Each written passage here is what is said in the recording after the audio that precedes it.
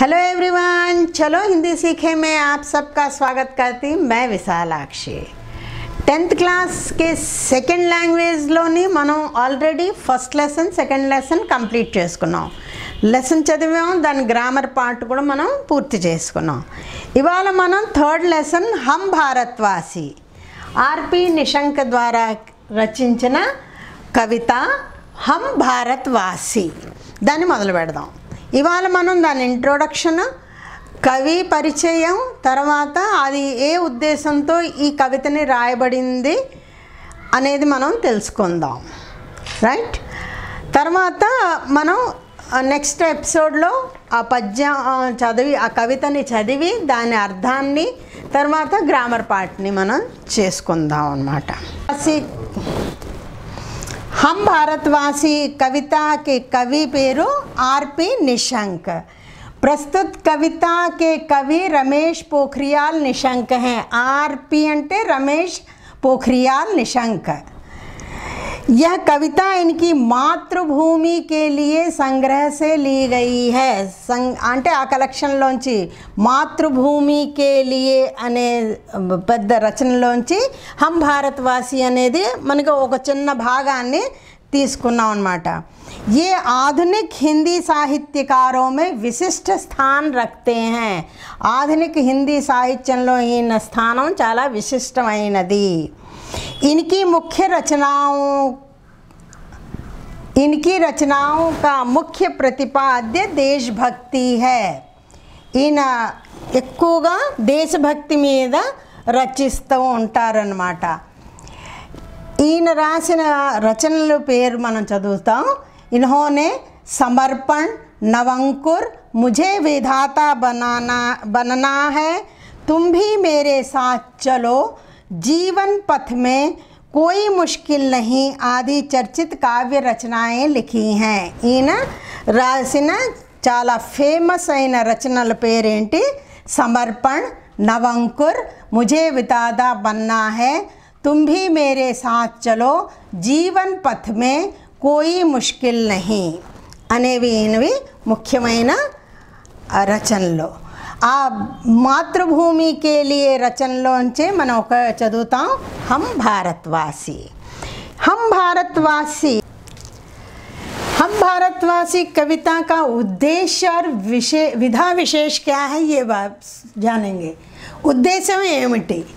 छात्रों में कविता, गीत आदि की रचना शैली का विकास करना और उनमें देशभक्ति के साथ साथ विश्व बंधुत्व, विश्व शांति, अहिंसा, त्याग, समर्पण आदि सद्गुणों का विकास करना तथा भारत को और भी सशक्त कर अंतर्राष्ट्रीय स्तर पर अग्रसर करने की प्रेरणा देना इस पाठ का मुख्य उद्देश्य है. ఈ పాఠంలో ముఖ్య ఉద్దేశం ఏంటంటే పిల్లలకి కవిత, గీత్ పాటలు ఎలా రాయాలి, ఎలా రచించాలి అనే దాంతోపాటు దేశభక్తి, మన దేశం మీద భక్తి, తర్వాత విశ్వబంధుత్వ, విశ్వశాంతి, అహింస, త్యాగ్, సమర్పణ, సాక్రిఫైస్ చేయటం, డెడికేట్ చేయటం, అలాంటి మంచి గుణాలు, సద్గుణాలని డెవలప్ చేయటం కూడా ఈ హమ్ భారత్వాసి కవితకి ముఖ్య ఉద్దేశం అన్నమాట.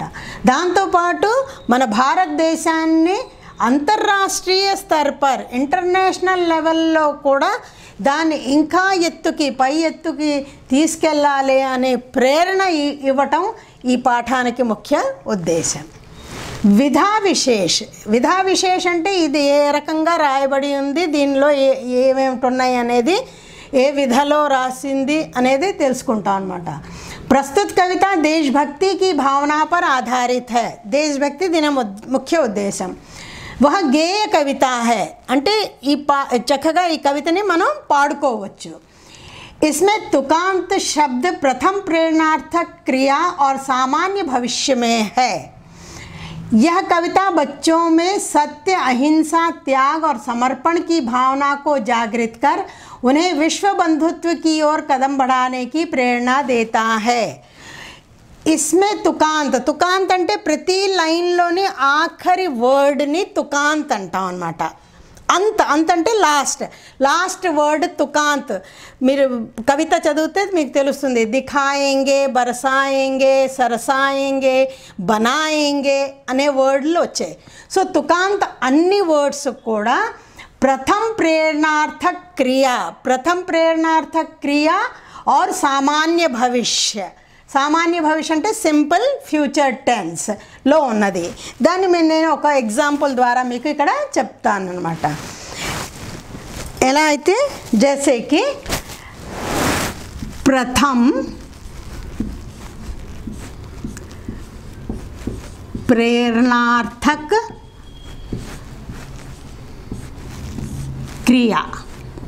క్రియ అంటే మనందరికీ తెలిసిందే. క్రియ అంటే వర్బ్, ఏదైనా యాక్షన్ వర్డ్, किसी काम का होना या करना. जैसे कि पढ़ना, लिखना. తర్వాత ఈ లెసన్లో మనకి వర్డ్స్ వచ్చే जगना,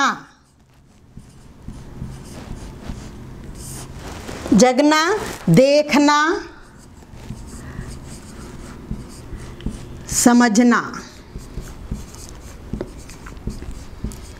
సో ఎప్పుడైతే మనం చదువుతున్నామో, పढ़ना అంటే मैं पढ़ रही हूँ, मैं लिख रही हूँ, मैं जग गई, मैं देख रही हूँ, मैं समझ गई, ఇలా అన్నప్పుడు మనది మనం చెప్పినప్పుడు దీని క్రియ అంటారు.